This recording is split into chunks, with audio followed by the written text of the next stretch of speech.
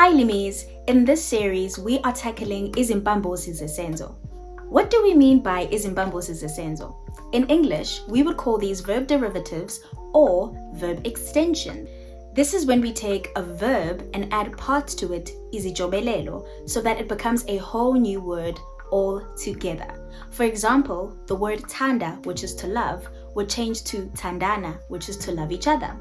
Another example, pega, which is to cook, could change to pekela, which is to cook for somebody else.